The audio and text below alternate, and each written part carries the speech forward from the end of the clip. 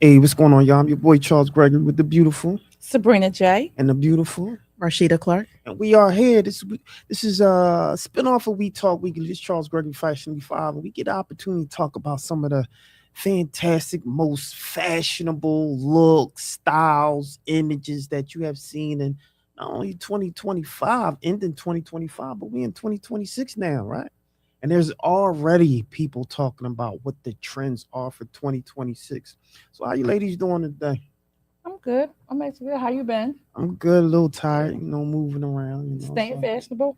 Gee, look, You know? I'm next to the most fashionable women on the planet right now, so I'm super excited about that. Appreciate you. And so why don't we just start there? Like, what you guys wearing today? What y'all got on? Tell us your style, your fit today. Yeah. This is just basic she. Of Of course, the hat is by me. Yeah. This was something that I By actually. me, for those before you go through that, by you. Why don't you let Who's by everybody you? know who's by So you? I am she of She Works Boutique. That's right. A Muslim milliner out of Philadelphia. So I like to design custom headpieces, just depending on you and your preference. Just where my creativeness kind of takes me on a day-to-day basis, but I'm just kind of staying edgy, really exclusive, and something that you can only find if you shop with she. Yeah, fantastic. There she go. There she go. She right there. She. Now I gotta go behind she and follow up. Well, I'm not wearing anything that I've made. But I am actually wearing one of my good girlfriends, black skirt. Don't know if you're familiar with black skirt in Germantown. I just recently did a fashion show over the weekend, and she was one of the featured designers. Fantastic, So yeah. I had to support her and rock her outfit. So I got you on black skirt. You better be I listening, know girl. that's right. Shout out to Black Skirt. Definitely, definitely. I've had an opportunity to meet her, and she has a lot of really nice pieces in her store. And she's also a really, really sweet individual. She's a very sweet Yes, person. Yes. definitely. Okay, now what you wearing? Who you rocking You know today? what? Listen. I'm gonna tell you. This is actually an old throwback from. I think this was from. I was gonna say Zara, but it's not from Zara. That's my store, y'all. Zara. This somewhere else. I forgot where I actually got this. This little vintage jacket that I got. Jacket, blazer ish, as they say, and of course, glasses and a shirt. Something calm. This is kind of what we do. What we do all day, every day. Do all day, Every every day. day. Y'all should do all day, Day, every every day. day.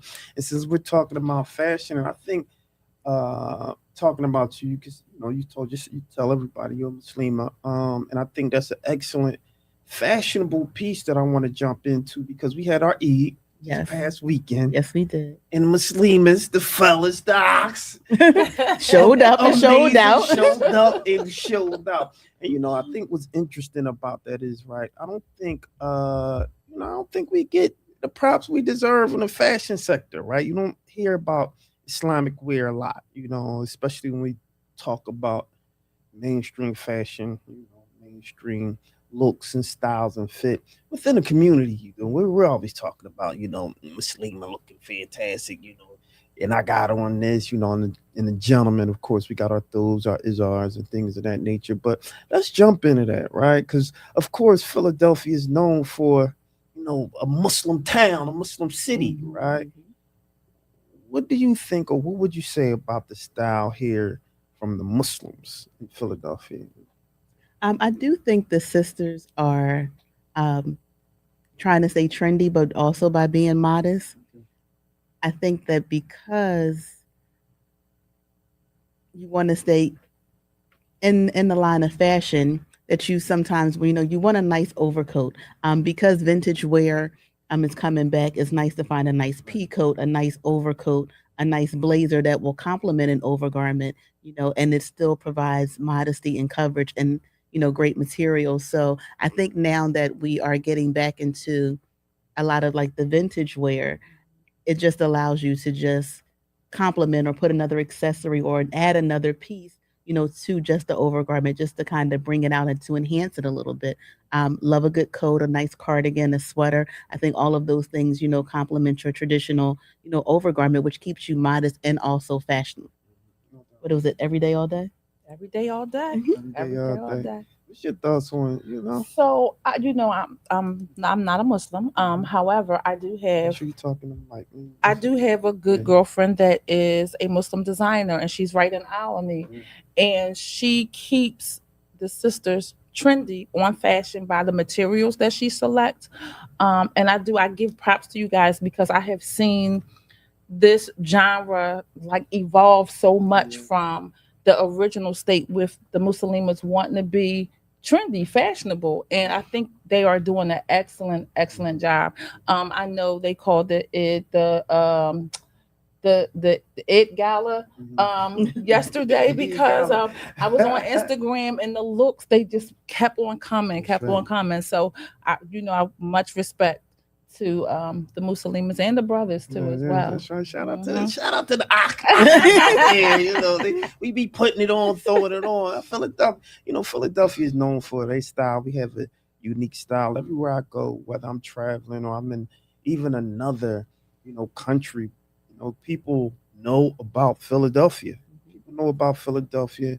They know about our style. And they know how many Muslims there are in Philadelphia, right? I mean, we're like the mecca, of Islam, It's Islamic studies, Islamic wares. I mean, we made cutting the pants and the big, Beards. sunnas, the the big Sunnis. beards, Mhm. sunnas. We're Mhm. known for that here in Philadelphia, and so much so that people who are not Muslim, like some of the brothers, they start getting sunnas, their Right, beards, right? right, Because they right. like the way it look. And Mhm. you Mhm. started to hear women saying, "Oh, he gotta have a beard." Beard, People right. love beards. Absolutely. No Beer doubt. gang. Yeah, beard gang. So it's just good to see other genres of fashion starting to emerge and being able to be talked about without it being so kind of scary or Right. taboo. Taboo. Yeah, Right. taboo. Right. I agree. Yeah, yeah, I agree. So shout out to all the sisters out there. Sound like Ramadan Mubarak, all that good stuff. It was a good Eid. No drama, no issues. And shout Thank out to goodness. Philly. We Mhm. came through, Thank goodness. represent. So that was a good style. You know what I Right. mean? All right, let's jump into some more stuff. All right, so check this out, right? So scouring the internet, right? Um, they came up with the top 5 fashion trends defining 2026. Mhm. Now I'm gonna read them, and if y'all agree or not, let me know. But I have been seeing this. Okay. All All right. right. So first and Mhm. foremost, this week's fashion intelligence from Runway Report, Street Style and Breaking Fashion News highlights 5 key directions. One, sculptural silhouettes and peplum revival. What's your thoughts? You know what? You must have been in my head because I have that. Okay. I agree. Back in the day, and we talked about vintage and how fashion is re-emerging, it's Yeah. just coming back Yes. full circle.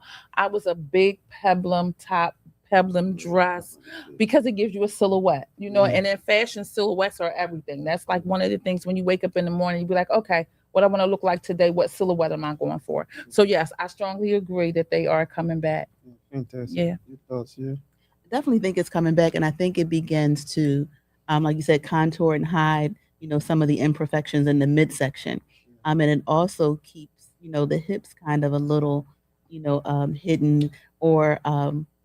covered, but like a little um, discreet. You know what I Okay. mean? Per se. So I think it's definitely, where you kind of can show a little bit, but not too much, Yeah.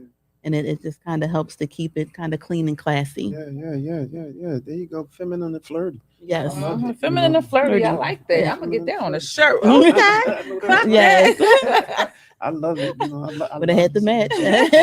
That's right.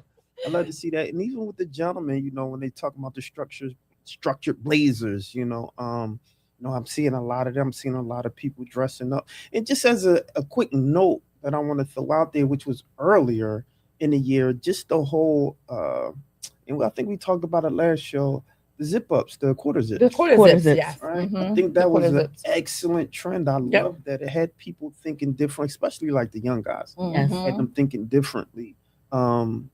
And doing, trying to dress up. Up, Right. right, And right. we'll get into some of the things we can't stand in terms of what we see in terms of limited style or Hmm. lazy style. That's what I call it. Right. And we'll talk about that later. But, it's I would agree to that fashion trend. Hmm. Number one is starting to come. All right, Yep. two. Ballet core and romantic aesthetics. So we're looking at, ballet flats, flirty, poofy skirts, So and this your is thoughts. so funny because probably like, yeah, I'm gonna say like 15 years ago.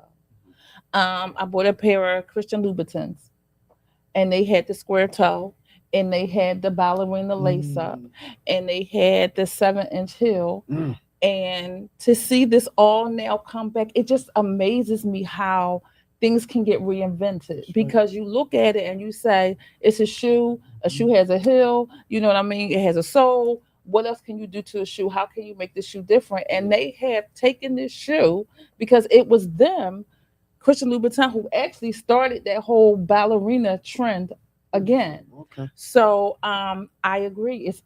It's back in full flex, whether it's a flat, whether it's a hill, whether you're wearing a tutu, and I'm a good tutu girl. Yes. I'm a big tutu Yeah. girl. I like anything flirty and feminine.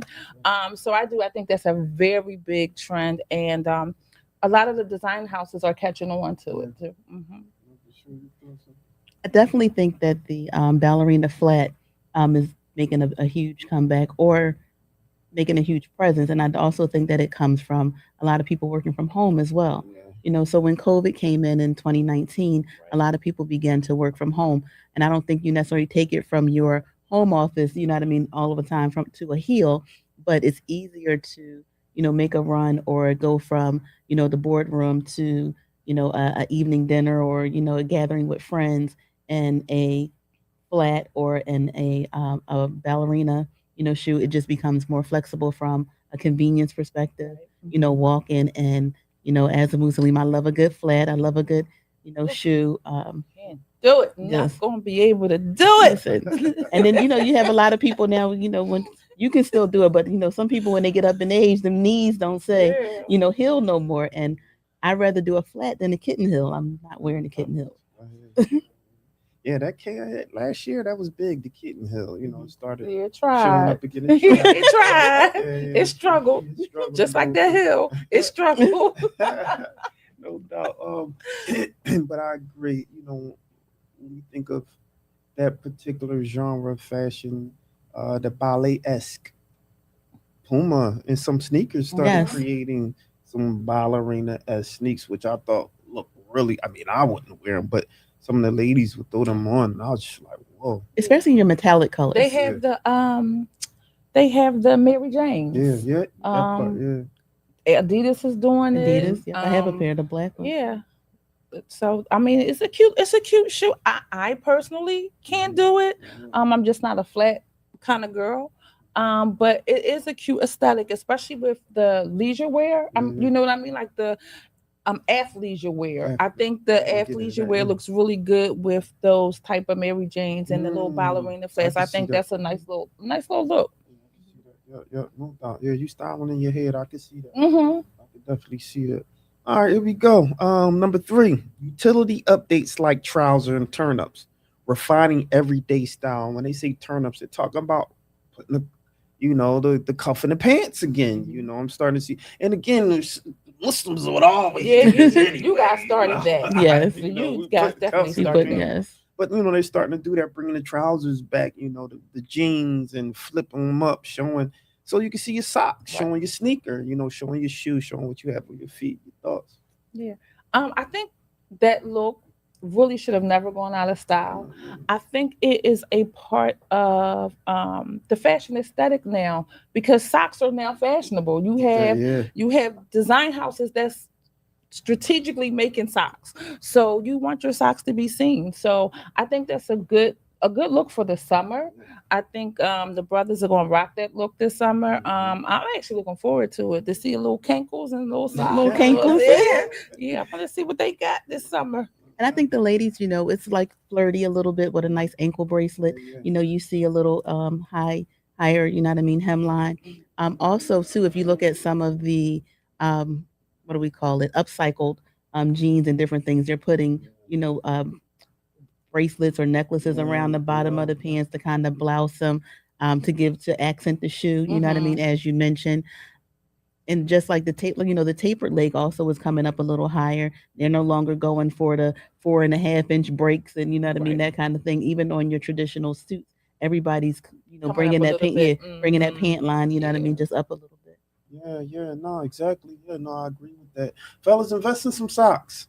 Some Invest in good some ones. Some socks. good socks. There's Yes. all type of styles that's out there right now. They're even creating socks with initiatives. I know they have one for autism Autism, awareness. yes. That's Autism breast Hmm. awareness and cancer. breast cancer. Yep. Invest in the socks. That becomes a conversation piece also, and it also Absolutely. says that you're thinking a little bit more. When you put in your style and your fit Together. Outfit together. Right. together. Hmm. Absolutely, absolutely. All right, number 4, nature inspired textures and biophilic fashion. So runways are embracing organic elements from moss textures to earthy tones and natural inspired materials. This reflects a cultural shift towards sustainability and reconnecting with nature. Hmm. Um, I, I see where they're going, especially with the sustainability. Mhm. Um, and I do see them also embracing like the earth tones. But for me, um, I'm just a girl with a very full color palette, Mhm. so I'm not really into like the neutrals, the nudes, the things like that. I mean, I do understand the sustainability, and I do give props to all the designers who are now upcycling and champion those sustainability efforts to save our environment. Right. Just It's not for not, it's me. not for Yeah, you, no just doubt. not for me. Yeah, for I, sure. I I'm a sustainability fashion person. I like the capes that are made like out of the burlap. With the matching purse. Definitely any type of headwear. Tarps. Yeah, I like that's that. I you. like the tarps. There was a show, and I forget the name of the show, but they basically were out in the woods, and they had to take a lot of like they were camping, and they had to take like sleeping bags. Project Runway. The sister was actually on that episode. Yeah, she's Islamic designer. Oh gosh, she would kill me because I can't remember her name right now. But yeah, she was on that episode. They had to take things from the woods, and so they were finding like used rubbers and Oh, bags and see, things yeah. like that, and started creating. No, I remember that episode. Negative. That's a No, but it negative. was it was for the runway. I don't know if that's what you talk about that particular Particular show, show. but yeah. I don't think it was Project Runway, but it was another show that was similar, and they were basically, they would take the leaves and from the trees, they would take the burlap, the sleeping bags. Yeah, Mhm. yeah. Um, I'm sure it's that one. It yeah, sounds familiar. Unless another show did it. See, But and yeah. that's you. I mean, because of what you do, that's you. Because you get into the beaver stuff and you get into clean. Yeah, no, thank you, no, thank you. No, thank you. Just give me some regular old nice material, bought from a fabric store. I don't need no leaves, no burlap, especially not no burlap. No, no, no, no, no. No, I don't think I'll be sorry, following Charles, that. we're gonna get her something for her birthday. I don't think I'll Burlap be. bag. We're gonna get her a Uh-huh. burlap bag. Yes. with the matching ballerina shoe, A peplum top and burlap. We're Yeah, gonna do that. no. Yeah. a burlap peplum. That's funny, no doubt, no doubt. And so, in everything, I just say when it comes to it's a time and place for everything, right? I And agree. so, depending the location you are, maybe it is a safe example. Um, maybe a period piece, or maybe it's a genre piece, Mhm. which calls for repurposing kind Right. of Earth type of thing. So that would Mhm. be the time and place for it, right? I mean, who knows? But again, it's about your style, your taste. Don't let anyone take away your style and own. taste. Your style and taste is Absolutely. you. All right. And last but not least, structured statement bags. The Dr. Bowling bag. I remember the bowling The bag bowling back in the bag. day. Mhm. Wow. Okay. So the Dr. Bowling bag is emerging in 2026 must-have accessory with structured shapes and vintage influences. It blends particularly with luxury apparel.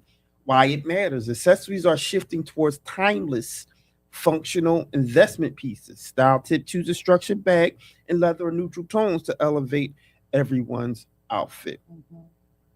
Yeah, I agree with that. And they also going back to the bigger bags. We go through these cycles where, Jacquemus came out with the little teeny tiny bag, and now we're going back into the really big bags. I think Pharrell had a lot to do, helped Yeah, influence that when I he came agree. out with the Louis Vuitton line.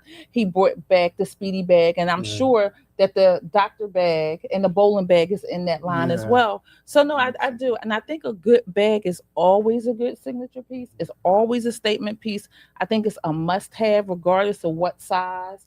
I think that's something that you should always have. It's like the topper to an outfit. So I agree. I agree with that.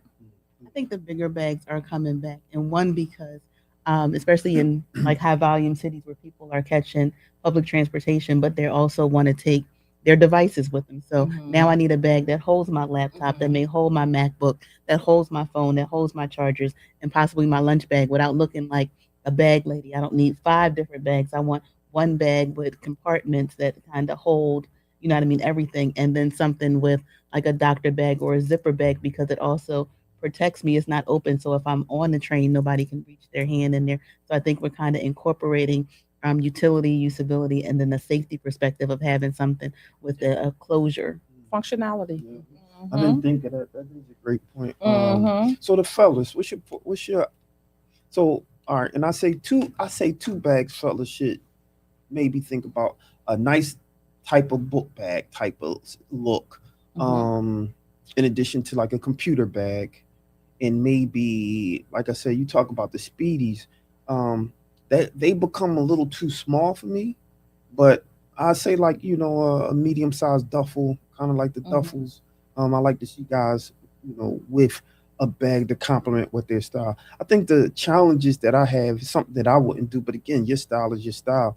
Is when a bag start to look a little too much like a purse, A purse, right? so Yeah. it look a little too feminine for me, Mhm. and then I Mhm. start to think of kind of like the feminine and the women's side, like let them have their stuff.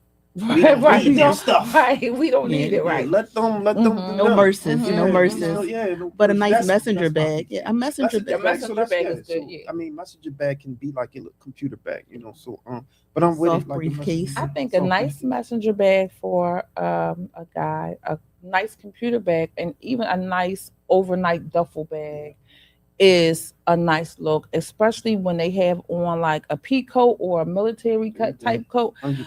Baby, yeah. So give it the bags, man. Give Yes. it the bags. Give it the bag. Just not the feminine bags, not the female bags. Let us have our bags. Let There them are have their bag. bags Yeah. specifically for you out Yeah, there. for sure, for sure. I mean, Mhm. I'm seeing like some of the players carrying Birkins now.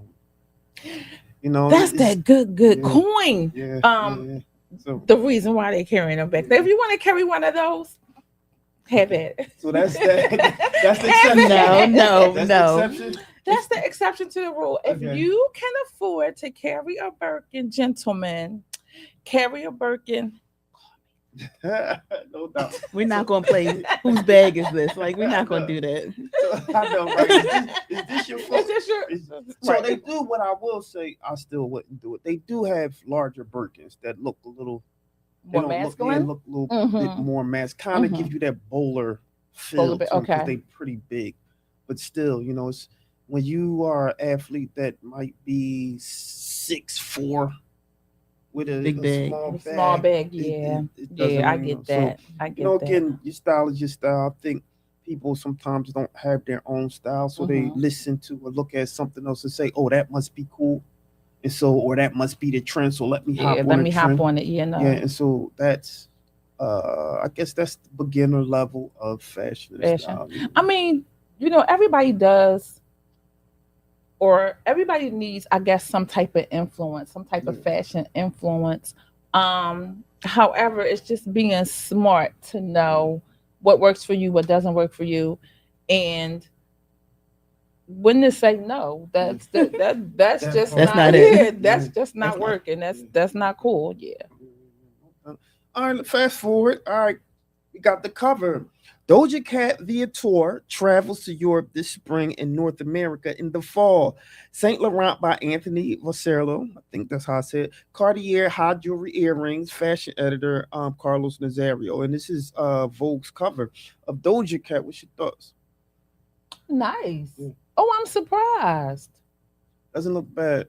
No, it doesn't. And I would actually wear that. And I'm loving that burgundy, that wine color. I seen a lot of that. Woo. The kind of ox blood, Yes, burgundy, yes. that kind of Merlot, Cabernet. Yeah, I've been seeing a lot. And I like it paired with that blue. I don't think I would have thought about pairing that with blue, but it actually looks good. That looks nice. And we'll put the picture up.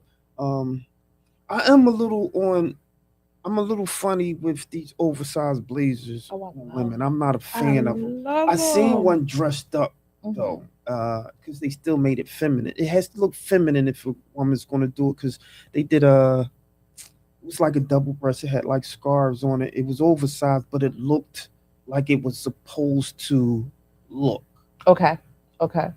In a sense, right? And I say that loosely because how is it supposed to look? It's supposed to look oversized, but I think the problem is if you were a designer, you know how your shoulder's supposed to be, you know the length. People are just buying big blazers and saying this is an oversized blazer. Well, oversized blazers are cut to you in a certain way. Oversized way, right. Oversized way. And so I'm just a little she doesn't look bad in this. Still look a little masculine to me, but that's Doja Cat. She can do whatever she wanted to. Right. Yeah. I'm a fan of the oversized blazer, but I think I agree with you. It has to look a certain way. Yeah. So I have a lot of male friends that I've gone to and said, give me all your old suits that you don't want. Because I'll repurpose them and repurpose them, not to reconstruct them, but to actually wear them as oversized blazers. I love that look. But again, it has to still have that feminine element to it. It can't look masculine and hard. So yeah, but I think she looks good. And that is, of course, if that's the look you're going for, right? So this is what I always say about style, right? Be intentional with it, and what's your intention, right? And so if your intention is to look a certain type of way, then that's your style. Nobody can argue with it, Right. But yeah, if you want to wear that look of oversized blazer, make sure you understand the structure of it and how it's cut, so you can wear it the way it's supposed to be worn. Right. Yeah. All right, I think I got a couple more. I want to know what y'all feel about this. All right. Houston Rodeo's new dress code raises concerns around discrimination. Dress codes have historically been used to discriminate against people of color. So this is the argument. Okay, so what happened was the Houston Livestock Show and Rodeo instituted a new dress code as part of its updated code of conduct, which took effect immediately after it was announced Tuesday. The swift implementation came after online discourse reached a fever pitch, with tweets and TikToks and videos complaining about a growing trend of inappropriate outfits on the rodeo grounds. So the New York Post said Houston's rodeo implements dress code policy after backlash over scantily clad revelers put on some damn clothes. They said, put on some damn clothes. Proper attire must be worn on HLSR, that's the Houston showgrounds at all times, including shirts and appropriate footwear. The rodeo update code of conduct read, HLSR reserves the right to deny admission to or remove any person wearing attire that is considered inappropriate or attire that could detract from the experience of other guests. So what's your thoughts? I have no problem with it. I saw those pictures. When you started reading the headlines, I knew where you were going. And people, I love you. I love my Black people. I love my Black sisters. I really do. And we now have the opportunity to be in spaces that we used to didn't have. And to represent yourself in that manner, to me, is disrespectful. I just... There's a time and a place for everything. And when I saw, I said, "What is this? The new Greek picnic? Is this the new Freaknik? Like what? Like what is going on? Where are where are your clothes?" So I don't have a problem with it, and I understand why they did it. Like some of these events are kid friendly as well. That's and then you're walking around and you know your behind is out, your breast is out. Even if some of them didn't even have that much, And yeah, it was pretty hard to look at as a female, as a grown woman, as you know what I mean. We always trying to have that positive reinforcement, but you're not. To me, you're disrespecting yourself, and then you're disrespecting the culture, and then you get mad when they Somebody tell says you you're not allowed in here. Yeah, you can't have it both ways. So that's my take. I agree, especially because we have to know the history behind, the black cowboy and what the cowboyism, you know what I mean, means to our culture. So I don't want to say disgrace, but I can't think of another word. Disgrace is a good word. Very befitting in this. To disgrace, you know what I mean, that homage that we're paying, because now it's just starting to get the airtime or the awareness that, you know what I mean, it kind of deserves. Typically we weren't buying tickets to go to rodeos. It wasn't a big thing. I actually read about African American ranch owner that owns, like the um, largest number of cattle. And it's just we want to make sure that when we come out, we are representing ourselves the way that we're supposed to. Now that we're starting to approach different forums, with the Olympics, with you know what I mean, different things. We need to make sure that when we show up, we show out, and not in a negative sense. We want to leave, an impression, or we want to leave, an impact, but not a negative impact. And there's no need for you to go out like that. It's not. And the people that are more scandalously dressed are the ones who are not outfitted properly. You know what I mean, to be able to wear something like that. It's one thing for you to not have an appreciation for the attire that somebody wears. It's another thing for the attire that you wear to not be complimentary to your body type. So okay. So just to play devil's advocate, what do you say about the people that are pushing against that, saying that that particular new rule or that new policy is problematic? Is it could potentially be racist for them instituting such a policy when it looks like it is only targeting a particular demographic? That's unfortunate because it's like twofold. You know what I mean? Like, I get what they're saying, but again, we brought that on ourselves. Okay. I just, to me, it's no way to get around it. It could come off as racist, but again, you're requiring respect from people when you don't even respect yourself. So I don't know how. Yeah, I'm a little torn with that. Okay. I'm torn with that. I mean, I think that there's a level of, in public, there's a certain standard that you need to, like, PDAs, there's a certain way that you're supposed to act in public. There's a certain way that you're supposed to dress.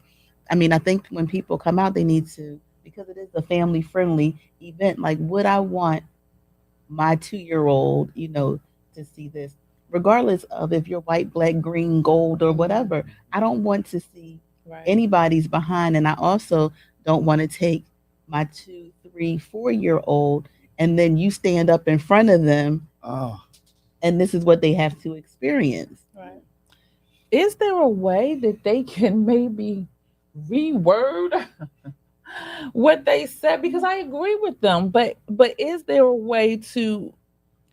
Well, it doesn't sound bad to just say, and this is a quote from the Code of Conduct. It read, HLSR reserves the right to deny admission to or remove any person wearing attire that is considered inappropriate or attire that could detract from the experience of other guests. Okay. It doesn't say, I mean, it doesn't booty say shorts. and it doesn't specify.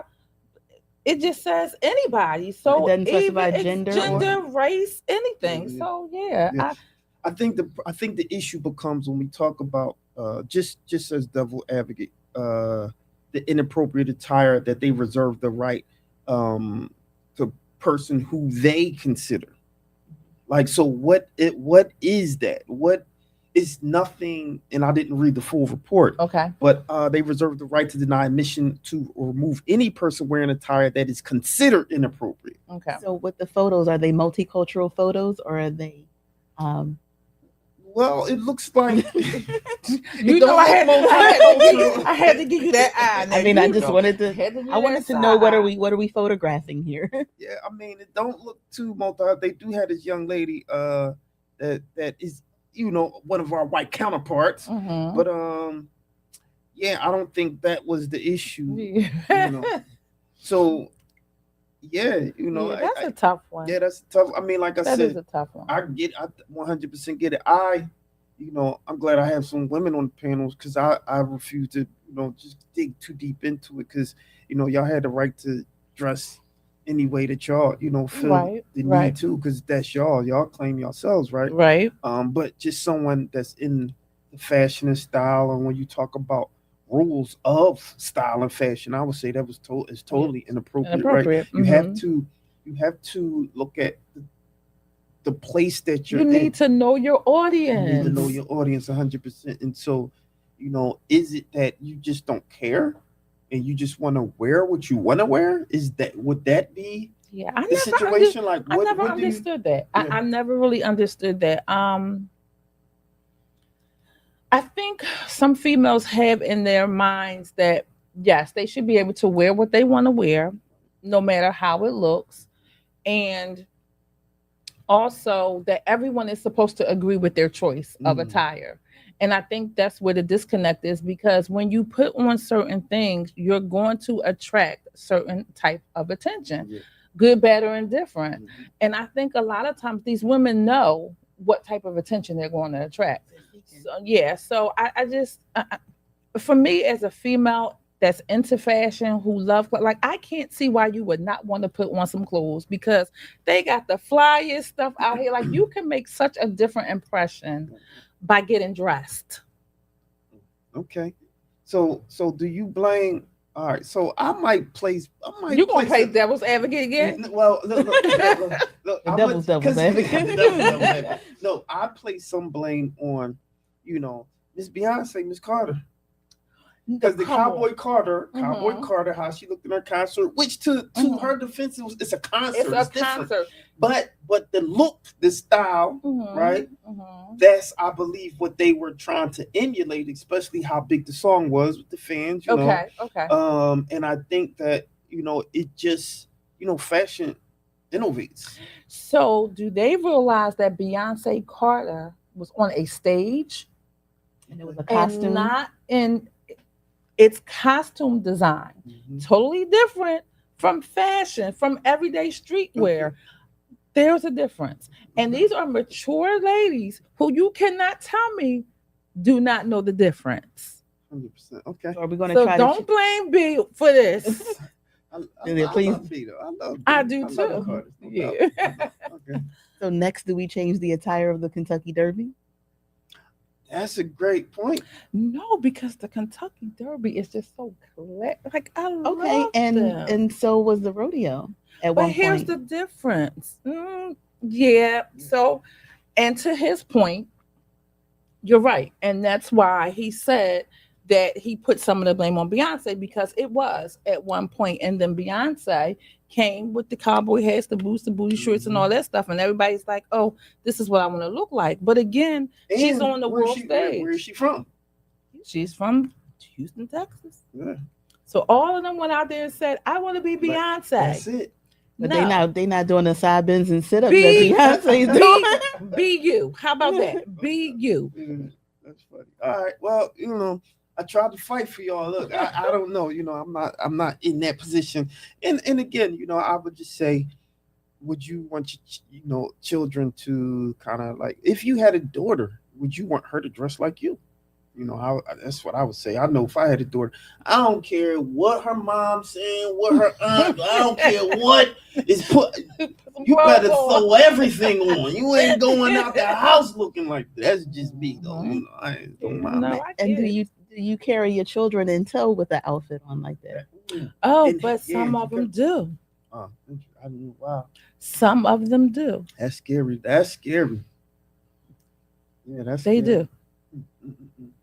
All right. Well, all right. Last but not least, you already know what we about to go on. Let's go into the Oscars. We're gonna talk a wonderful- little bit about the Oscars. The wonderful, wonderful Oscars. Yeah, no doubt, no doubt. So give me y'all best and the worst and all that good stuff. So happy and proud to see Michael B. Jordan Shout out to Michael get an B. Jordan. Oscar. I do put him in one of my best dress categories. Okay. I also do pick Tiana Taylor. I know I'm showing favoritism here, but I really love that Chanel gown that she had on. Her stylist did a very good thing, but her style is so for her because she's such a muse. I don't care what stylist she works with, you can never miss with her. You know who? You know, I'll let you finish. Hold on, I'm gonna let you finish, but no, Go ahead. no. You know who I think she took the spot of fashionably? Go ahead. I know who you're gonna say. Janelle Monáe. I think she kind of bumped her out, and especially with Met Gala. Yeah, like that muse, because Janelle Monáe used to be like that muse. That one, right? Exactly. Yeah. Everybody wanted her. Like Tiana said it's my turn. You know, every dog has her day. So you know, Tiana said it's my turn, and I think she did a wonderful job. I think Wayman and Micah did a wonderful job. Explain who they are. So Wayman and Micah is the duo stylists who styled Tiana Taylor for the 2026 Oscars, and they did an excellent job. And they've been around for a while. They did a lot on the red carpet for 2022. They also won Best Stylist in 2025. So I think they are up and coming and emerging. And like I said, when you have someone like Tiana Taylor as your muse, you know you really can't miss. So kudos to them. Who did you think was best dressed? So hold up, before you go there, I want to just give a little clarity on that. And so, dress from Chanel. Taylor elevated her red carpet repertoire with a black Chanel gown featuring a semi-sheer bodice and dramatic feathered skirt. The look remixed classic Chanel codes, which is important to know. That's the classic Chanel. Who made the first little? Well, I probably should have said that because it kind of gave it away. So Chanel is known for the first little black dress. Black dress, yeah, she is. So that's kind of like the Chanel code, right? So Codes and Remix Classic was paired with a Tiffany & Co. necklace set with more than 18 carats of diamonds. The ensemble made her one of the night's most talked about stars. I just wanted to add and then she also, what I didn't know is from seeing it on television, you couldn't tell that there was pearls and crystals in the dress. So, you know, Chanel, they always do that thing, especially with their signature black and white. They love that black and white. That's yeah. Black and white, classic, clean. But I think everybody now who styles Tiana Taylor or is looking for a dress for her is trying to outdo the last. Absolutely, that's right. That's a good thing. But she's like all hits right now. You know, she can't miss. Yeah, that girl can't miss. And I think because of who she is, like her personality, and everybody's kind of like Team TT right now. So just to see her, I think the way that she embodies attire, you know, just kind of gives it that edge. You know, we can put two people in the same dress, but she's always going to outshine because first of all, her body is ridiculous. It's a lot of work too. Like she did a lot of work on her body, not work in terms of surgery, work, right, but working out in the gym and dancing. Yeah, that's a lot. That takes a lot. That takes a lot of discipline too. So that gives a testament to her character, because to achieve that body that she has, like you said, it takes a lot of work. I'm still trying. I'll get there. And to bounce back after having children. She was one of my favorites. From I started really looking at her after she performed that award show with Kanye. That's when she came. That's when you paid attention to. That's when I paid attention to her, right? I bet. I was like, well, okay, who that? Right? Okay. And then I started really following her, and I was just like, yo, I like it. She is real. She is real as can be. And I liked her ex-husband. I thought that was one of my favorite couples too. It was. So we probably should talk about that next show, like, your 5 top favorite fashion couples. But in any event, I was a little disappointed with that. But she's now getting backlash. Tiana Taylor for after as she should. Put the guy in a headlock. So she should. And I was trying to defend it too, but that was a little much. Yeah, because I didn't know. They was like tearing her up online. I'm like, what are they fussing for? Right. You know, and I was like, yo, she can't do no wrong. That's Tiana Teller. And I looked at her and I was like, oh, Well, yeah, well, well, yeah, you know, so That's all right. She's still America's sweetheart right now. right Like now, yeah. she's on the cover of everything. Yeah. She's on everybody's to dress list. So yeah, she can do no wrong in my book. I got your back, Tiana. definitely, definitely. And she, I think, embodies how we talk about runway fashion, street culture. What she's doing with Nike, you know what I mean, right now. Mm-hmm. I'm Team TT. No doubt, no doubt. All right, let me give you some. This is from Mary Claire. Some of their top. I'll give you the top 5 if you want to chime in. Sure. Okay. So we got Rose Byrne I did have her on my list. Mm-hmm. in Dior, custom Dior. Then we had Jessie Buckley. She had a pink and red Chanel. Okay. All right. Okay. Now remember, this is from Mary Claire. Y'all probably won't agree. Not Right. They may not even know who some of these people are that we're talking about. Right. Because Mary Claire can take a different approach. Oh, Yeah, absolutely. Mary Claire's Mary Claire. We need essence type. How about because all of them they got Demi Moore on here. I mean, Okay. because custom Gucci Okay. and 5 Wumi Masaku. And so I would, I probably would have went a different way. With Yeah, I some of didn't these really people. like that pink and red. Yeah. And here's the really strange thing about that. I love wearing pink and red together. I think those are such girly. I think those are such girly, That is girly furry, colors. feminine. Yes. I love that. But I didn't like that. I didn't like what she had on. Yeah, no doubt, Yeah. no doubt. Yeah. Yeah. No, Pink and red. pink and red. I didn't like that. All right, so here's the guy. So you already talked about Michael B. Jordan. What Look, did you think? It was okay. It was was okay, just but I'm gonna okay. tell you the reason He why. wouldn't fit into best dress for me, but it So was the reason why for me it was safe. safe. But the reason why I selected him too, because he usually does a double-breasted jacket. Most of his suits are always double-breasted. That's like his go-to. But he did the Nehru jacket. So that kind of was like, okay, he tried to step outside the box a little bit. I really didn't see any. No stand out people. No, out I there. didn't. And that Timothy Chalamet, he needs a new stylist. Yeah. I was very underwhelmed with the fashion from the Oscars this So year. I only watched because I wanted to see Sinners take everything. But I was really unimpressed. Yeah. Definitely. I don't know. It's just like very uneventful. Sometimes you watch some of these shows because you want to get inspiration. Mhm. Proms, weddings. If you know anybody, that has anything coming up, or just for that wow effect. And Right. no wow effect. Yeah, no. Yeah.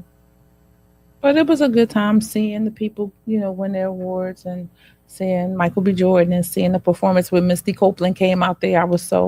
It was nice to see her actually come out of retirement to do her little ballet scene for us Sinners. But no, I think we need our own. You know what? Yeah, I do. You know the fun fact about that, Miss Copeland?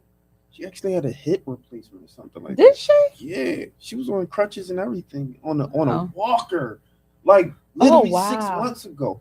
So for her to do what she did then, I'm Listen. in love with her though. She can't. Yeah, Misty Copeland, that's the girl. But again, that goes back to even with Tiana Taylor, when you work that hard to build your body up, that muscle memory and that comeback is everything. 100%. Like, so kudos to Misty. I didn't know she had a hip replacement, but it was nice seeing her at the Oscars.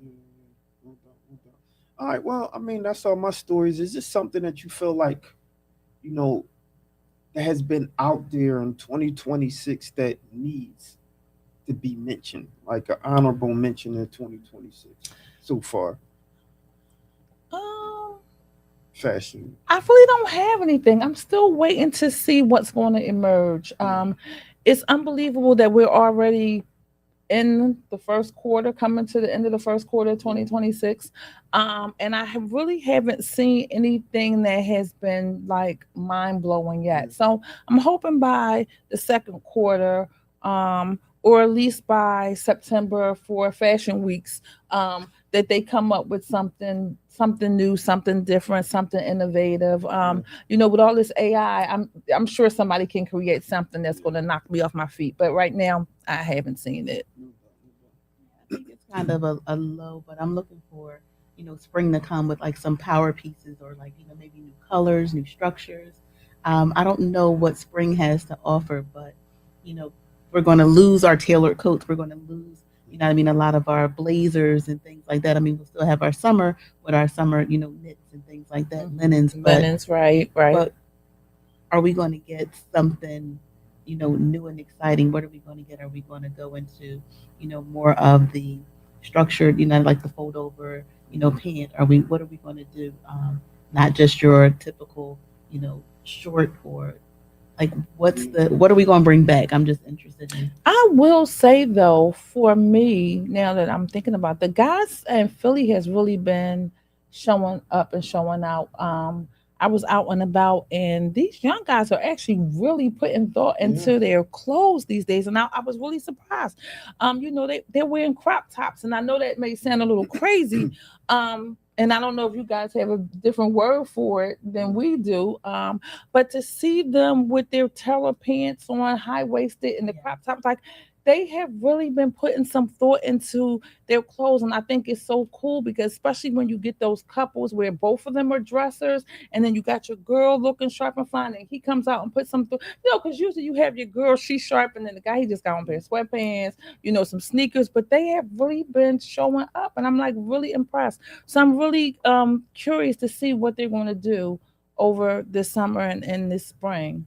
I've recently seen a lot of the high waist pants, and I do on men, men, and I do see them making a comeback and with like you said, the crop, I call them boyfriend shirts, but like the larger, like the oversized shirt, but it is the short. It's crop. A shorter shirt, right? It's a shorter shirt, so it's oversized, but it's cropped with the high waist. You know what I mean? Pants. And I do notice a lot of them are wearing. Sometimes they're wearing like a boot or a leather sneaker, and kind of pulling it together, making it. Where I see a lot of 9 to 5 and after 5 kind of colliding, but we talked about, the vintage wear and then the street wear or the luxury wear and the street wear colliding. So I think a lot of that's going to be very immersive, coming in the next, definitely in the spring, summer. Like, how do I kind of get dressed one time and be able to kind of flow, all day? What's going to take me from, leaving work to, dinner, early dinner, summertime, outdoor, eateries type things, but definitely, the high waist pant. But how do we transition that into summer? What you got, Charles? What you think? I wouldn't wear crop. I'm not. I know you wouldn't. You are so masculine. What about a high waist pant? He would do it. Oh yeah, I can see him. Yeah, I can see him in a high waist. I would do. Yeah, I would definitely do a high waist. I just, again, the problem that I have when it comes to men fashion is some men can pull it off. So I'm not. Again, that's your style, right? You have a right to your style, right? But the problem I have with men fashion is the bandwagon that people jump on if a man wears something that would be traditionally feminine, and people jump on it like, oh wow, that's the next best fashionable thing. Yeah, that's enough. It's that's just, enough. for me, it's lazy, right? Mm-hmm. It's lazy, and it becomes agenda-ish, with no thought. And so I would like to see, because there's nothing to say I'm a designer and I'm edgy just by going in a girl's closet pulling out this the next best thing for me. You see what I mean? It's lazy to me. So I would like to see, how do you reinvent masculinity in a menswear? Like, there's so many like we're having a designer coming to show. I think he does a really good job with pushing the limit in what we would deem as menswear. Right? And so the idea of this androgynous look for men is a little challenging for me specifically. But some of it worked. I have seen like high-waisted pants, crop top with a camel toe shoe. I have seen men pull it off. I'm like, interesting. Whole bunch of chunky, accessories That's on. right. And it's for that person, it looked like it works. Right. I don't think everyone can do it, and it becomes a little much for me. And so, again, time, place. Maybe if I was on a fashion show and that's what that was, Right. maybe I Mhm. would do it. Mhm. But just as a style choice, definitely not. Yeah. No, I agree. Yeah, but I do like the idea of seeing. I'm excited to see men and these boys and everyone pushing the limit of style, and Mhm. they are really starting to They're dress starting now. to, yeah. You're not going outside and seeing too much of like, oh, why don't this guy pull up his pants? You're not seeing too Thank much of that goodness. anymore, Oh my right? goodness. Which is great to see that they're thinking more Thinking about right. fashion. It used to Mhm. be, especially me as a stylist, anytime that I would style a woman, a young lady, like that's the challenge because Mhm. they're already fashionable, Right. right? Mhm. So it's like, what don't you have that I need to get? Right. Right. When it comes to men, it's just like, I don't know, just put me in Just put anything. it right. You know what I mean? So that job is easy, right?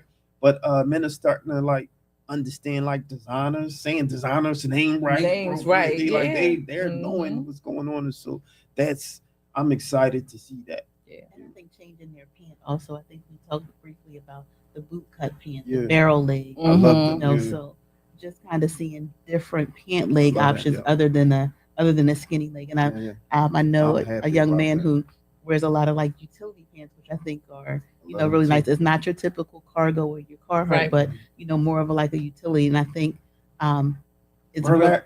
No, it's not You burlap. know what? It but better not be that's okay. burlap. I'm gonna get me. I'm gonna get me a burlap overgarment. Watch, and we going to brunch. No, we're not. We going to brunch. But I just think that from like a usability perspective, like especially as if you're a photographer, depending on what you do in the fashion world, makeup artists, I think now having pockets and Pockets. things are Mhm. just more user friendly. And I like the pocket look.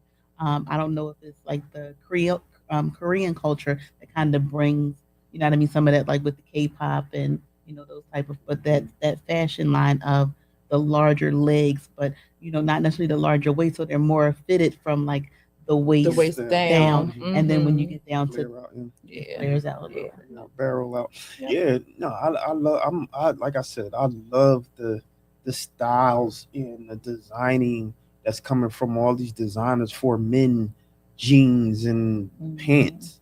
Like for a while, everyone all they were making was these skinny jeans, and I couldn't understand why it was this obsession for With the that. skinny jeans. With Mhm. skinny jeans, I mean, Mhm. they started to look like jeggings. Right. It's Right. like, yo, They are you really in your did. girlfriend closet? Right. Yeah, Right. it's like You whose know, jeans? I don't want to who- play whose types are Right. these. Yeah, Do you have on your girlfriend jeans or your daughter's jeans? yeah, Right. Somebody it was jeans, a yeah. little I weird. can't Yeah. tell You who's know, stuff. yeah, yeah.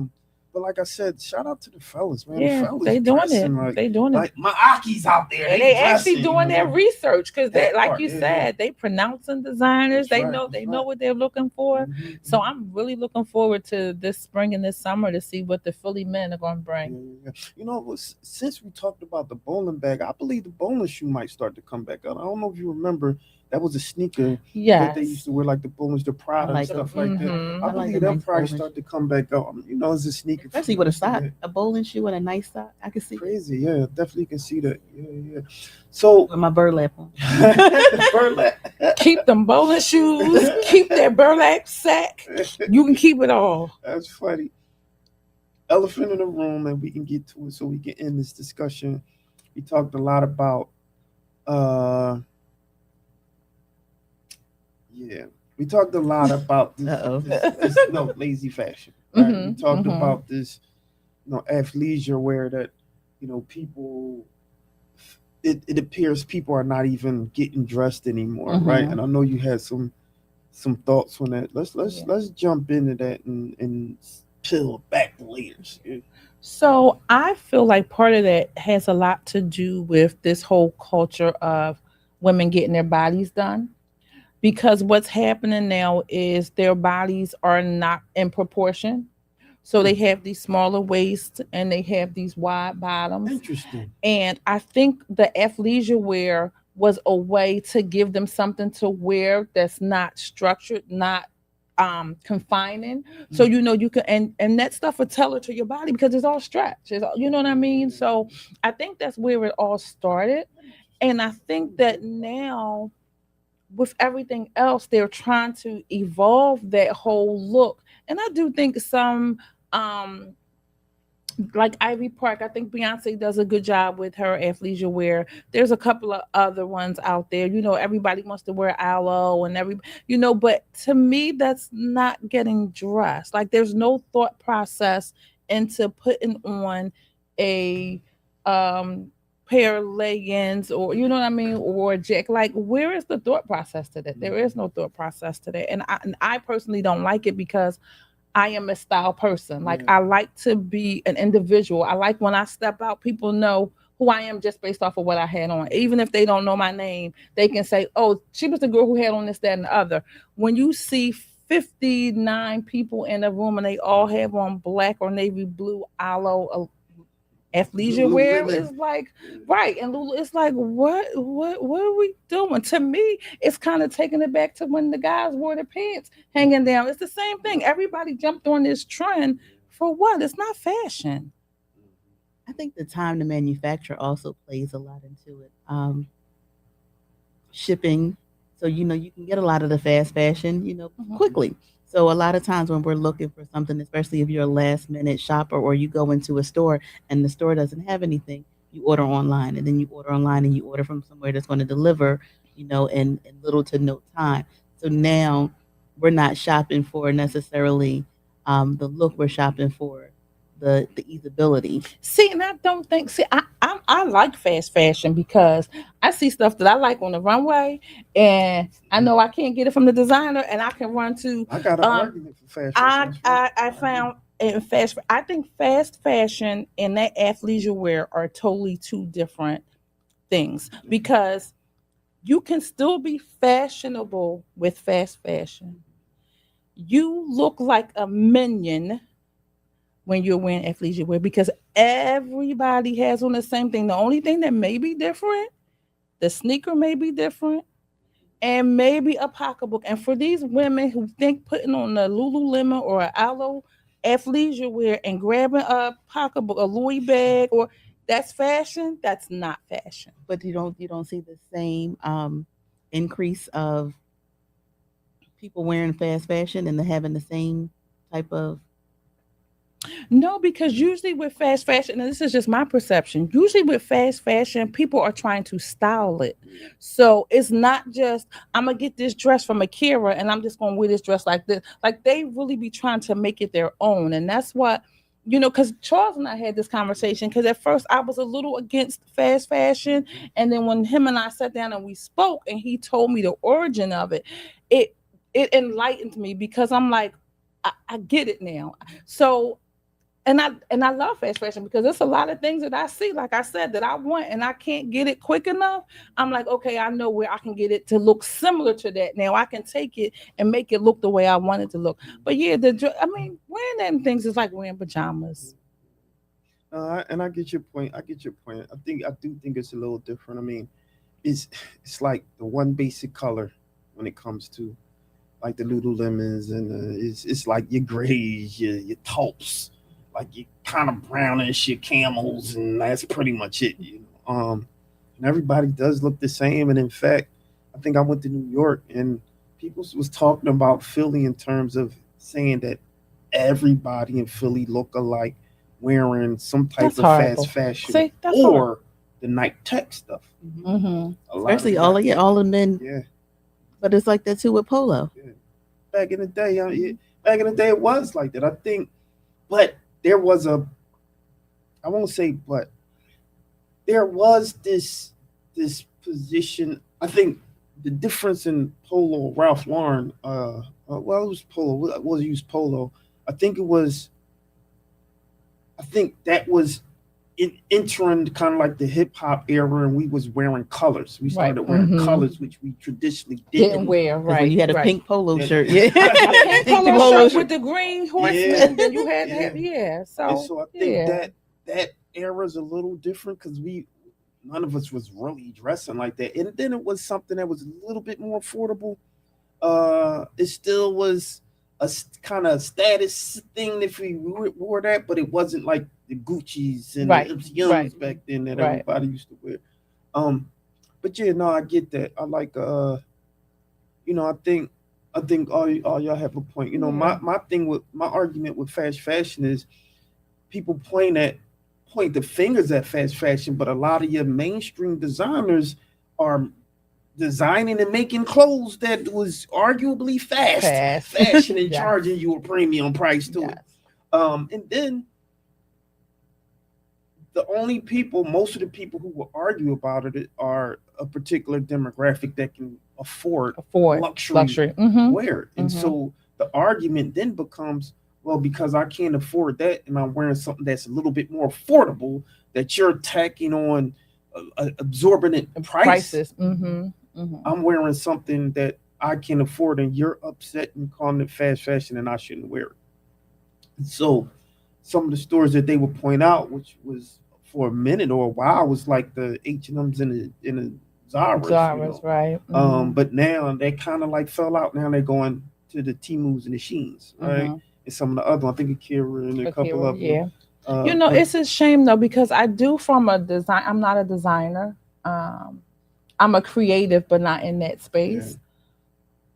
I do understand how some of the designers feel because It's like I knockoff do stuff, know a couple of people who have made one of a kind pieces, yeah, it was knocked off. and 2 days later it's on Yeah. Fashion Nova, it's on Akira, and it's like And that was and fast. to that point, just to push back a little bit, I agree with that, and that's wrong. But there also was people like Louis Vuitton and Gucci knocking off people and still tagging on Mhm. absorbent amount of prices. Yeah. And so that's what I Mhm. mean when we get So into you had your Gucci's with Dapper Dan. exactly. So it becomes this argument of, I think, the war of the designers and the war of the statuses, and it's still a conversation that need to be happening. Yeah.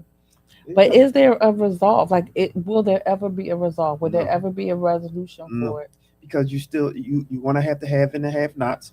You're going to have people who want to look fashionable and can't afford certain luxury right. style, and you're always going to have, which I always blame the major designers, because y'all had Fashion Week and y'all telling people this is what you're supposed to look like, right? So now you have people like, oh, I'm supposed to look like this, so I need to get this to look like what you're saying. Right. This is the trend Right. of the world right now, right? And so there you have it. A great conversation. I don't want y'all to go anywhere. When we come back, we got a dynamic design. I'm your boy Charles Gregory with the beautiful Sabrina J. and the beautiful I am she. And we'll be right back after this, y'all. Peace. All right, y'all, we're back. Charles Gregory Fashion B5 with my beautiful co-host today, Sabrina J. and the beautiful I am she. And I'm just super excited because we have someone with whom I have a tremendous amount of respect for. We got a designer in the house. You want to do the honors? Why don't you let them know designer. who we have today? Who do we have today? So we have a friend to the room, Rashad Calhoun, better known as the Shar, celebrity fashion designer. Yeah. He is here representing his brand, the Shar by Rashad. So how are you? I'm doing pretty good. Good. So just to give you some brief information about him. He, like I said, is a celebrity stylist. He has done things for Love and Hip Hop, Love and Marriage Huntsville, Grammys, and the BET Awards. So he knows a little something about fashion, and we're going to dig into it a little bit more.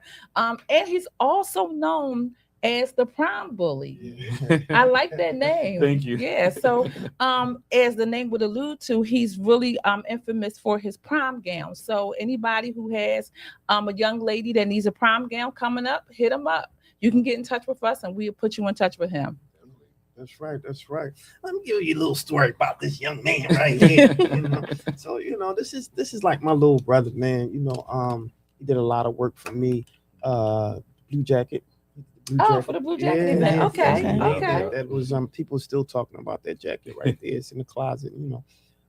Maybe I auction it or something like that for the next one. Like a silent auction. That was good. Yeah, that's a good idea. For a good cause, and so he did that jacket for me, but also just all around great gentleman. He's doing some amazing work in the industry right now, and so much so where it's somebody that I know that I can always jump on and count on, especially when I'm doing some major events in the city. And so he's just been very active. And when you talk about a designer that's fashion forward, this gentleman is that. You know, so I'd like to just welcome you to the show. How Thank are you. I you? How are appreciate you? it. I'm doing pretty good, man. I'm pretty good. Doing pretty good. So let's jump right into, before we get into all of your fashion endeavors and some of the places that you worked and you put clothes on. Let's talk about what was the impetus. What created this gentleman, this fashionable guy? Like, how did all of that start?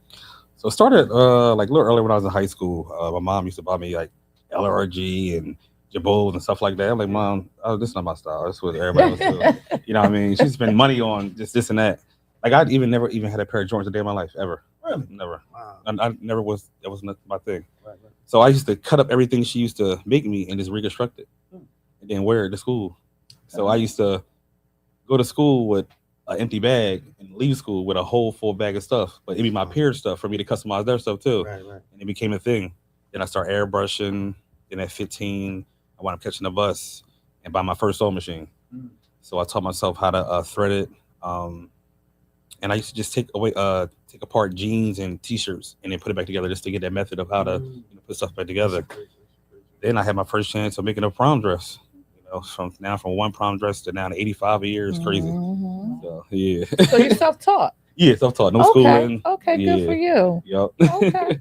And then I just found out that my grandma, probably a couple years ago, my dad's mother, she actually makes clothes. So that's where I get it from. Okay, so it's in the blood. Yeah. Okay. Yeah. Okay. She makes church clothes. Okay. She's So fine. where'd you get your sense of style from? You said you never wore Jordan. So what how did you become the Shar that you are? Like Yeah. who are you as your style? How Well, speak to that. I'm a designer that pretty much never goes by trend or color of the season. I was always Okay. that designer. So I never stuck with the justice of what they do. Mhm. It was always everything in every collection I have is from how I'm feeling. So every collection I do, I always do voiceovers and like just to build the crowd up. So like, oh, what the hell? And then Okay. it just goes into the, to the mode of the show. And then the voiceovers pretty much talk about my pain or anything I'm going through, so you'll know what's going on in my life Okay. at the time. So your fashions tell a story. Yeah. It tells your story. Yeah. Okay. Mhm. No, good.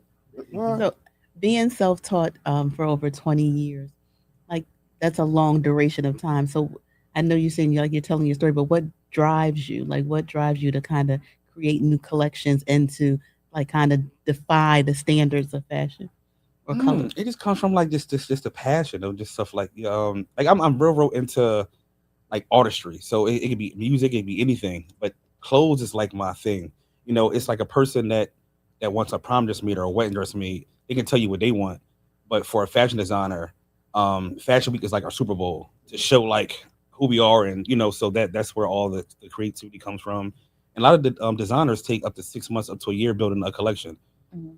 It takes me 2 weeks, Oh, literally. wow. And I just once I stop because if you think about it, a mannequin can't tell you what they want, or you just put it on, you just keep going. So I just sell and sell it is, and I don't draw up. I just start cutting, and it just happens. Now, do you do a capsule collection or do you do a full collection? You A full do a collection. full 15-piece It's- collection? Okay. Yeah, my last collection that when he came to New York, it was like 38 pieces. Wow. It was a lot. It was a lot. Wow. And what was the duration of time to do 38 pieces? That took a month. At least. Okay. Yeah. Yeah, that took a month. Yeah, but it was breaks. But Different It's fun. textiles too, though. Yeah. Mhm. It was really Burlap? But you know what's funny? If anything, this gentleman right here can make anything. yeah, I can make anything. Okay. Like if you show me or give me an idea. I'm looking of for a something. burlap piece. No, Where- no, thank you. No, thank you. That's funny. I'm interested, because we were talking about, and I'll bring you into some of the conversation that we had. One was some of the trends that we're seeing right now that we're having some challenges on, and I tend to say that it's kind of like lazy fashion. Mhm. We see a lot of, the quote unquote, they call them clones, right? You seeing Yeah. the Lululemons and Mhm. you seeing the Alos. What's your Yeah. thoughts on like fashion today and where fashion is? It's lost right now. Mm. It's pretty much just piggybacking off of what's going on. It's nothing that's like original no more right now. So that's why I try to stay out that gap, just to try to create something different and more. It's like, and even like we're down like to the gowns, like it's like they're stuck in this diamond and rhinestone thing. It's just there, you know what I mean? So And then the feathers, I talked all my clientele this year, all 85 of them, no feathers. No offense. Yeah, I talked about. Thank God. Well, But it's feathers like, are on trend. Feathers and fringes on trend. So Yeah. that's probably where they're going. So when you have the girls come to you for their prom gowns, do you give them creative advice? Because Oh, they yeah, do yeah. most of the time come Mhm. with what they want. So you yeah, because will usually say, they come to me with like 4 different pictures. So Okay. be like, I want this top with this bottom and this arm and this leg Uh, and this neck piece. So yeah. So I try to put it together in the best way to create their own look. I love when they come like that. What I mean? Mhm. Instead of just coming with just like, I want this.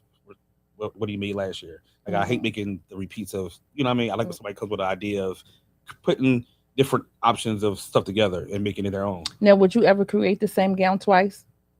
So that's a question that comes up a lot. So if it's the same school, no. Okay. Say if a client comes to me first and she has the dress already, and then another client comes along, is the second client is after that school. Okay. Yeah, but Okay. I would never Okay. do that. Yeah. Like everybody needs their moment to shine. Right. Right. So when you think of inspiration, Mhm. is there a designer that inspires you every time you see their work? Oh yeah, Alexander McQueen. Mm. You know what I mean? And even down to like the idols that I have when it comes to like music, like Madonna and Lady Gaga. They're people that I Mhm. definitely want to style for Ah, because they had that type Very of style, eclectic. that Yeah. couture, that avant-garde. Yes. You know what I mean? Yes. That's my thing. Especially that Lady Gaga. Yeah. Goodness Oh my God. gracious. If I get my hands on her one day, it's perfect. I think that's everybody muse right Yeah, there. Listen. yeah. Because you can put anything Anything. on her. Yep. Like you could use your wildest imagination Mhm. and she is going to rock it Exactly. all the time. And she has such confidence in what she puts on no Yeah, matter what it is. absolutely. So I could definitely see you Mhm. doing it. We have to put that out in the atmosphere. Yeah, for sure. Gaga, if you're Yes. listening, I got the hookup for Yes. you. I need to call Vince. That's funny, that's funny. For sure. So when you think of like the legacy where you like to go, what is that? What does that look like for you? So my legacy. So I never wanted a store. I always wanted the showroom to Mhm. create one of a kind pieces. So when celebrities or anybody come in, or even like record people from out on the street just wanted to come in and pick through pieces and have their one of a kind pieces. That's what I wanted to have, a type of feel like that. I mean, I also wanted to have a warehouse where it's a fashion school to learn how to sew, from ages this to that, modeling, like a whole type of dope positive boot camp Mhm. that goes on yearly. So, and also, of course, to be one of the biggest designers in the world and to leave a legacy. Well, you're definitely on the trajectory. Mhm. Is there anything you feel like you haven't done yet that you want to do? Really? It's crazy because my whole career went backwards. Wow. Because I was in a nightclub. This was like 2014. I just got done New York Fashion Week for the first time, Mm-hmm. and of course Paris was my dream. So this was like I think one of the NBA stars was having like a reality show that was shot in a nightclub, but they needed designers to showcase. It was weird because it was like a nightclub setting, but it was of course they had urban clothes, but I'm the only one that had like couture pieces, this and that. Mhm. So after I went on, me and my models went in the basement, and this guy came up like, "Who was that designer with the black and gold collection?" Everybody like him. I'm like, "What did I do?" He's like, "No, yo, your pieces are far." So he gave me this whole lecture of how everything was just dope and different. He happened to walk past and just came in, and his name was William Michael Reed, and he said, "What is your dream?" I'm like, "To go to Paris." He's like, "Call me Monday." So Monday I called him, and we had a long talk, and he said, "Welcome to Paris. You're going to Paris Fashion Week," Oh wow. and he took me to Paris, and I Wow. presented it there. It was awesome. Me and my wife went, my mom. It was like 20 of us, my aunts, my cousins. It was dope. It was a dope experience. After that, the news came in to coverage of my whole process of man from Chester rising, this and that. That became big, and then a word of mouth with I started styling Rain Pryor, and then it became Oh, Selena right. Johnson. Mhm. Then more news coverage, and then this. I'm like, oh, the BET Awards and the Grammys. I'm like, wait, what's going on? That's that So calling. everything Right. that I That's like. that's that favor. Yes, if I was to die today, I did everything I wanted to do. I'm dead serious, literally. But I do think I'm the underdog. I think I could be somewhere else more in my craft right now. but it's like I'm just stuck in this area. I don't know. So it seemed like the black and gold collection was like a springboard for you getting into Paris. Yeah. What did that collection look like? So it was pretty much. I just lost my grandma. That leaded on to me having a DUI from depression and this and that. So that collection had represented. It was called the Black Collection. So it was pretty much my blood, sweat, and tears. So all the pieces graduated from black all the way up to into gold, into my gold moment. Okay. And then it was just an awesome year. I proposed to my wife that same year as well. It was awesome. Like it was a whole dope experience. Have you because you always show your daughter beautiful. Mhm. So beautiful. Thank so you. cute. Thank you. Have you ever thought about doing like a full kind of like kids line? Actually, that is my passion to do a kids line. And it's actually Selena Johnson gave me this name when I started in Philly. She called me the couture teaser. She was like, "Your clothes are like couture, but it's like a teaser." It's like so she called me the couture teaser. So I kept the name. That's how I was going to name my kids' name. I mean, my collection brand, Couture Teaser by Dejar. That's dope. You know what I mean? So my next thing is a kids line and a dog and mommy line. Oh, okay. Let me know when that dog and Yeah. mommy line comes out. Yes, with like matching leashes, matching bags. I just found a manufacturer for shoes and matching bags with the leashes and harnesses and all that. Mm-hmm. So yeah, it's coming soon for sure. Okay, Yeah. so you got a lot coming up. Yeah, a lot. Good. Yeah, a lot. The evolution of the jar. Yes, I like that. There you go. I like that. I like that. I like that. Yes. All right, so let's jump. No, I'm good. No, I'm good. Let's jump into because I see you have some of your work here. Yeah. I'm sure Mhm. everybody waiting to see some of Yes, the things yes. you have. Let's talk about your model. Where Okay. your model. Let's have him stand up next to that couch right there. Yeah. And we'll have you so everybody can see. Yeah. Yep. There. Perfect. So why don't we talk a little bit about what he has on right there? Yeah. Yeah, so this from my last collection. I presented in New York Fashion Week and also in Atlantic City Fashion Week. My last collection was called Invasion Reloaded. So this was a piece that I actually came up with the morning of the show, and I used epoxy, and I just wanted to create like a different type of male shirt corset that was like a hardened, like sculpted to the body as armor. Just something fun, just something like it sticked out very, very, very well. And I also had like matching other female outfits that matched that as well. So pretty much the fabrics were like metallics, and it was my first time using like colors too. So the whole collection was like neon pink, polka dots, neon blue, and stuff like that. Because like I'm a dark person, so I wanted to bring some light to it this time. And he's actually one of my best friends, and actually he's my artist. His name is Big Gift. He's a rapper as well. Okay. All right, I like that. I like the structure and the shape of it. Mhm. I have, I know a lot of people have started playing with the resin and making the resin tops and Yeah. everything. So that's a hard Yeah, it is. material to wear. Yeah. Yeah, I had a little faux pas wearing that type of material, but I actually do. I like the structure, and to see it on a male as opposed to being on a female is very different. So yeah, I like that, and I like your logo. Your Thank little you, emblem. thank you. That's nice. Thank That's you. nice. So does it feel heavy? It's No, actually light. it's like okay. Can we see the back of it? It's like just like a record corset tie. Okay. Yeah. Okay. That's it. And then actually, I have a big client that's actually coming to get that soon. He wants to wear that to a award show, but he wants to wear it with a white button-up shirt over. I mean, under it. Under it. Yeah. Okay, I can see that. Yeah, I really like that. I like the What type of material did you use? Like, type of material did you use to start it? Like, what? It's like a rib knit. It's like Okay. it's like very it's like real scarfy. Okay. Okay. All But right. now if you touch it now and knock on it, it sounds like this. It's like right. Yeah. Yeah. Yeah. It almost feels like wearing it. It almost feels like you have on a light layer of plastic. Yeah. Yep. Yeah. But I love the shape, Thank like you so around up much. around the shoulders and stuff. I Yeah. like that. Thank you so much. Yeah, it was fun doing it.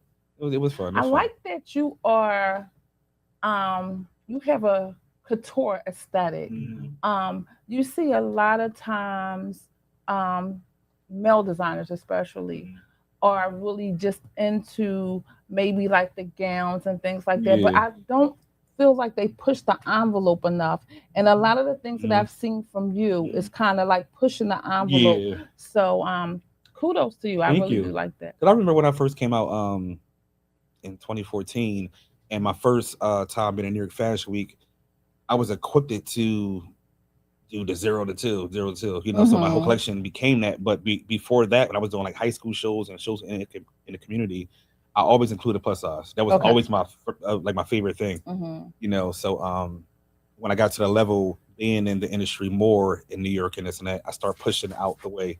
I'm like, no, we got to do more diversity. We got to add at least 3 plus size models in at least. You know what I mean? So now I press for that heavy to make sure you have at least 3. Yeah, for sure. Yeah.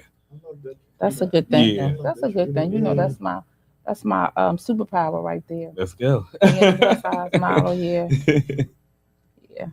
No, that's really dope though to see it on a man. Yeah. It's like, yeah. And it still looks masculine. It doesn't, you know what I mean? Yeah, it doesn't. It doesn't have a feminine touch to it at all, and that's you know, it's not easy to pull that off, especially because it's kind of like the same aesthetic you would use for a female, but you have managed to make it look very masculine. Thank you, I appreciate that. And I think it also carries like a little bit of not like a costume like superhero. It kind of gives you, you know, some type of regalness, but it definitely makes like a power statement. Thank you. My superpower. Yes. No, it looks amazing. So thank you, my friend. I appreciate you modeling that piece. Now, let's talk a little bit about what you got on right now, my friend.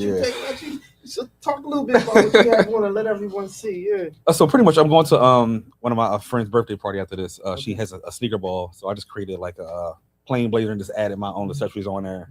I have a thing for chains and zippers and stuff like that. So yeah. But something fast, just a little 1-2. Nothing major.